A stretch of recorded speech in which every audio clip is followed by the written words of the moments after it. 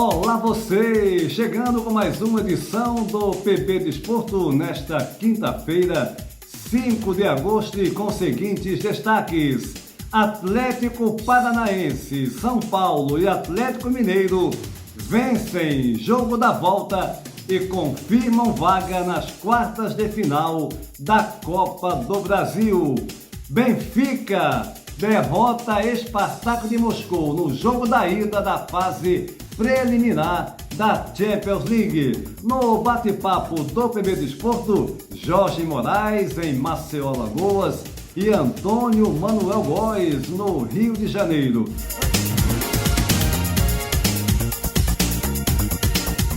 Antes de mais nada, convidando você para se inscrever no nosso canal, deixar o seu like e compartilhar os nossos vídeos em suas redes sociais. E o Benfica começando muito bem a fase preliminar da Champions League, vencendo em Moscou o Spartak por 2-0. Vamos falar muito mais dessa partida e outros assuntos na sequência dessa edição do PB Desporto. Mas vamos começar agora o nosso tradicional bate-papo. Jorge Moraes e Antônio Manuel Góes já estão prontos. Primeiro contigo, Moraes, e o primeiro assunto que eu quero abordar é justamente essa badalada Eurocopa, né? Sem dúvida alguma, talvez a melhor Eurocopa dos últimos anos, com grandes jogos, seleções, né? Boa parte das seleções jogando futebol ofensivo, buscando a vitória. E a pergunta que eu faço é: essa Eurocopa, o reflexo dela vai interferir no tipo de jogo que os times nos campeonatos nacionais aqui da Europa irão colocar em campo, irão colocar em prática? Olha, Júnior, forte abraço para você, um abraço para todo mundo que está ligado aqui no PB Desporto e, sem dúvida nenhuma, o nível técnico da Eurocopa me impressionou. Todas as seleções estão jogando com um futebol muito ofensivo, com um futebol rápido e ao mesmo tempo um futebol de muita força, de muita marcação. Então é impressionante o que a gente viu durante a Eurocopa. Seleções que eram acostumadas só a se defender estão atacando e atacando muito bem. Um belo exemplo foi a seleção da Itália, que conquistou a Eurocopa, e mais do que isso, foi uma seleção que jogou com velocidade, com preocupação em chegar com rapidez ao ataque, de fazer gols e ganhar os jogos. Foi uma transformação maravilhosa no que eu vi da seleção da Itália. E outras seleções consideradas assim menores também mostrando um futebol muito ofensivo. Sabe o que é que isso representa? Que na temporada 2021-2022, os campeonatos pelos países da Europa serão campeonatos melhores, bem mais disputados, voltados para o fundamento do futebol, que é a vitória. E um outro detalhe especial: essas seleções vão preparar seus jogadores para que elas possam representar bem os seus países na Copa do Mundo do Catar. E isso vai começar exatamente pelos clubes. Os clubes vão melhorar, consequentemente vão melhorar também no rendimento de seus jogadores quando eles forem devolvidos ou convocados para as seleções de seus países. Eu acho que houve uma melhora fundamental e maravilhosa dessas seleções, visando os seus clubes, os jogadores em relação aos seus clubes de origem. Tá certo, Júnior? Tá legal, Moraes. Eu não tenho dúvida que nesses campeonatos nacionais nós já teremos um reflexo do que foi a Eurocopa, porque o futebol não adianta, o futebol já de algum tempo não pode mais ficar naquele jogo reativo. Tudo bem que você pode jogar futebol de várias maneiras, Mas é óbvio que o time que joga buscando a vitória, mesmo que não tenha um grande time, que não tenha um elenco maravilhoso, mas se você tenta jogar de forma ofensiva, buscando a vitória realmente, a chance de você obter um resultado positivo lógico que é muito maior. E para você, Antônio Manuel Góes, aí no Rio, qual a sua opinião? Um torneio da dimensão da Eurocopa, como a recém-conquistada pela Itália começo de julho em Londres, em memorável decisão contra a Inglaterra, com certeza ensejará alvissareiras consequências técnicas e táticas nas próximas temporadas do futebol, aí no rejuvenescido velho continente. Os jogos a que assistimos pela TV, todos eles, expuseram o resultado do investimento dos clubes em suas ligas nacionais, sintonizados com a UEFA, cujos avanços dentro e fora de campo comprovam a identidade entre a formação de talentos individuais e o planejamento tecnológico a serviço das atividades desportivas profissionais, como forma de garantir o que mais nos interessa: o espetáculo visual a mobilizar nossas desatadas paixões. Para além da renomada Premier League do país de Sua Majestade Elizabeth II, testemunhamos na última Eurocopa a evolução tática e estratégica de sistemas de jogo, decorrente das condições tecnológicas aplicadas na preparação das equipes, repercutidas nas diversas seleções nacionais. Daí, em meio às demais concorrentes do torneio europeu, a desenvoltura italiana implementada por Roberto Mancini, após décadas de marasmo defensivista que deixou a esquadra azurra fora do Mundial na Rússia, que foi surpreendentemente ultrapassado em curto espaço de tempo para conquistar o troféu europeu de seleções 20 e poucos dias atrás. Diante do futebol pegado, de sincronização entre defesa, meio-campo e ataque, é de se esperar nas ligas nacionais da Europa, a partir das próximas semanas, inovadoras disputas de xadrez, cuja jogada de checkmate implicará o beijo no véu da noiva, como antigos narradores se reportavam no rádio ao sublime contato da bola com a rede na hora do golo, diferentemente dos apologistas da retranca, para os quais vencer por 1-0 é goleada, Antônio Júnior.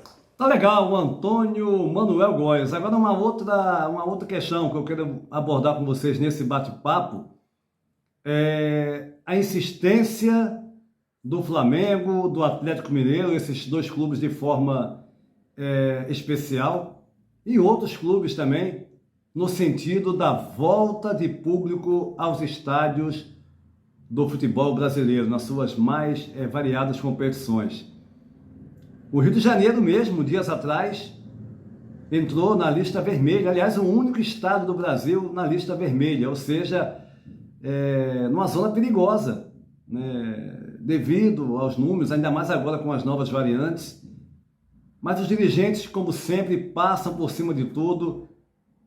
Eles acham que, não, agora está tudo bem, porque os números já baixaram, o número de infectados e de óbitos, como se nós tivéssemos uma situação propícia já para a volta de público nos estádios. A sua opinião, meu caro Jorge Moraes, começa contigo aí em Maceió, Alagoas, com relação a essa questão. Veja bem, Júnior, eu não tenho mais nenhuma dúvida que nós vamos ter a volta do torcedor aos estádios aqui no Brasil.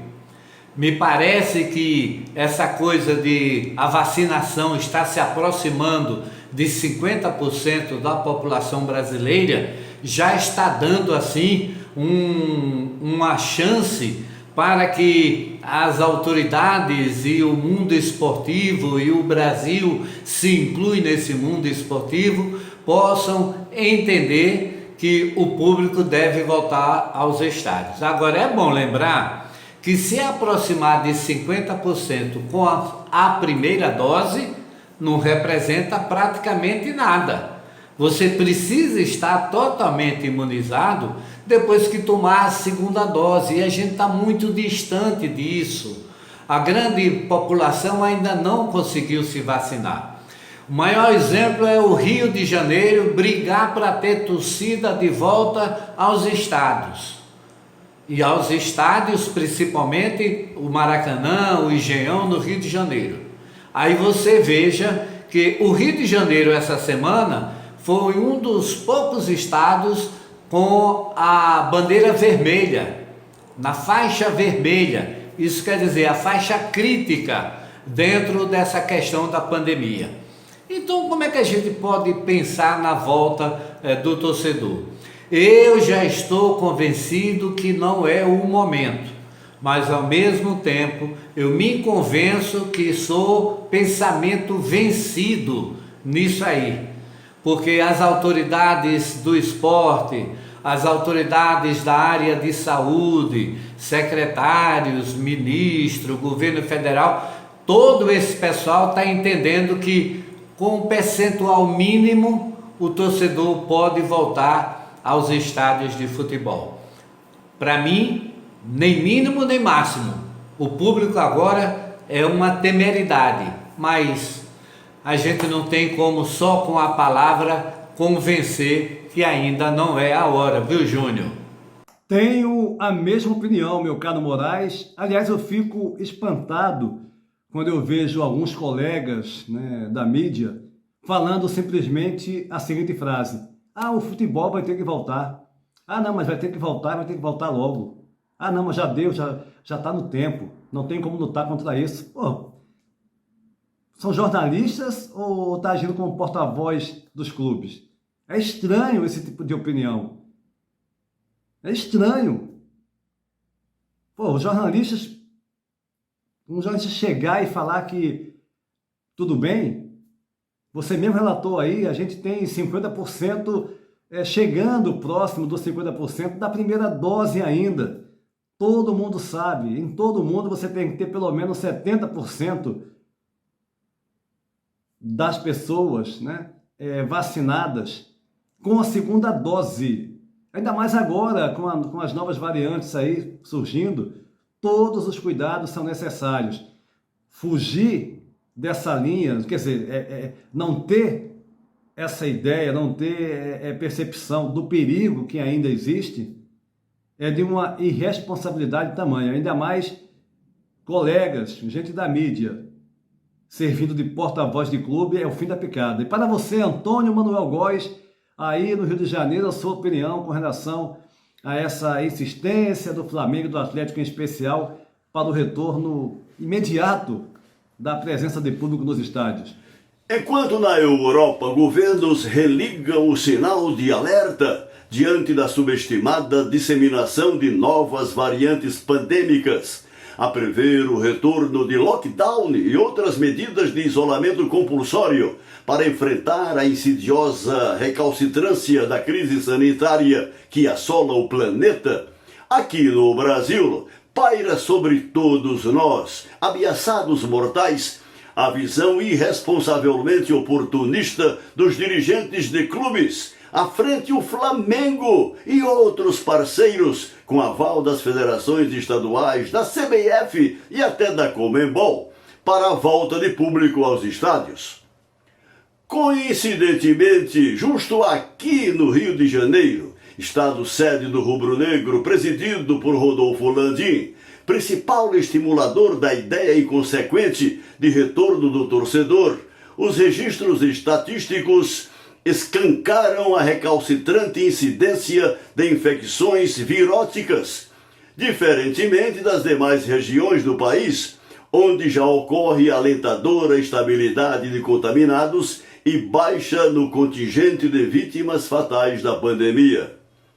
Todos torcemos por arquibancadas em festa, mas por enquanto, acima dos prejuízos por quase 1 ano e meio sem bilheteria, abraços com os atrasos da vacinação, por deliberada e criminosa política governamental. Não há saída plausível por enquanto, afora a de acompanharmos à distância pela TV ou rádio as emoções do futebol no Brasil. Qualquer decisão em contrário, Antônio Júnior, configura hediondo desrespeito à preservação da vida, patrimônio incomparavelmente mais precioso de todos nós.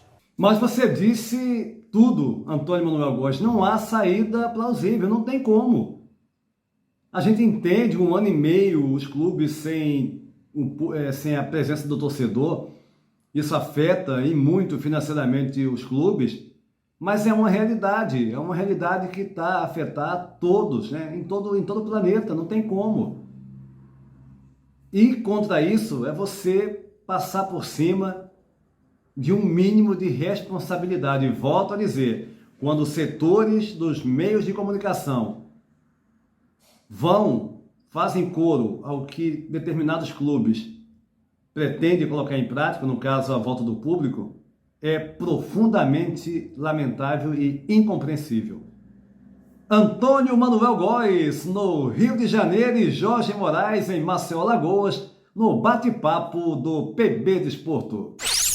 E o Benfica começando muito bem a fase preliminar da Champions League, jogando em Moscou, na capital russa, derrotou por 2-0 ao Spartak de Moscou, num jogo que na primeira etapa foi mais igual, mas no segundo tempo, logo aos 5 minutos, Rafael Silva, em assistência de João Mário, jogador recentemente contratado, ex-Sport, foi campeão no Sporting na última temporada, fez o primeiro gol da equipe do Benfica. Aos 28 minutos, um gol com cara brasileira, tipicamente brasileiro. Assistência do Lucas Veríssimo, ex-jogador do Santos, para o gol do lateral Gilberto, ex-fluminense, e o Benfica confirmando a vitória no jogo da ida, o primeiro jogo dessa fase preliminar, diante do Spartak de Moscou. A equipe de Jorge Jesus começando muito bem e procurando melhorar aquela imagem que foi muito ruim da participação quando ele foi eliminado logo nessa fase na temporada passada da Champions League. O assunto agora é a Copa do Brasil, que na noite dessa quarta-feira teve mais 3 equipes confirmadas na fase quartas de final.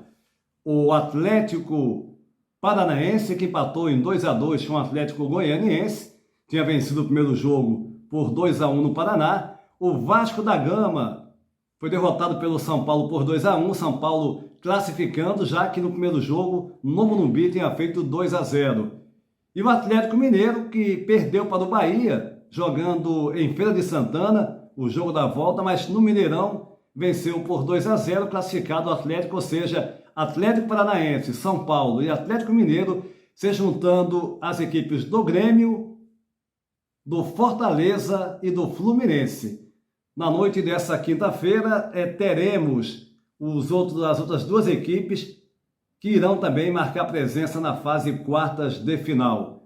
O Flamengo, que venceu o primeiro jogo ao ABC por 6-0, jogando na casa do adversário, e o Santos enfrentando fora de casa também o Juazeirense. No jogo da ida, o Santos venceu por 4-0, ou seja, Flamengo e Santos com a vaga ali praticamente assegurada na quartas de final da Copa do Brasil. Iremos passar também informações logo após o jogo no PB Desporto no Instagram, após os jogos, melhor dizendo, dessa noite, confirmando Juazeirense e Santos, ABC e Flamengo pela Copa do Brasil. O PB Desporto vai ficando por aqui, convidando você para se inscrever no nosso canal, deixar o seu like e compartilhar nossos vídeos em suas redes sociais. Vá também no PB Desporto do Instagram, sempre com informações do mundo do futebol aqui em Portugal, do Brasil e pelo mundo. A todos um abraço e até a próxima!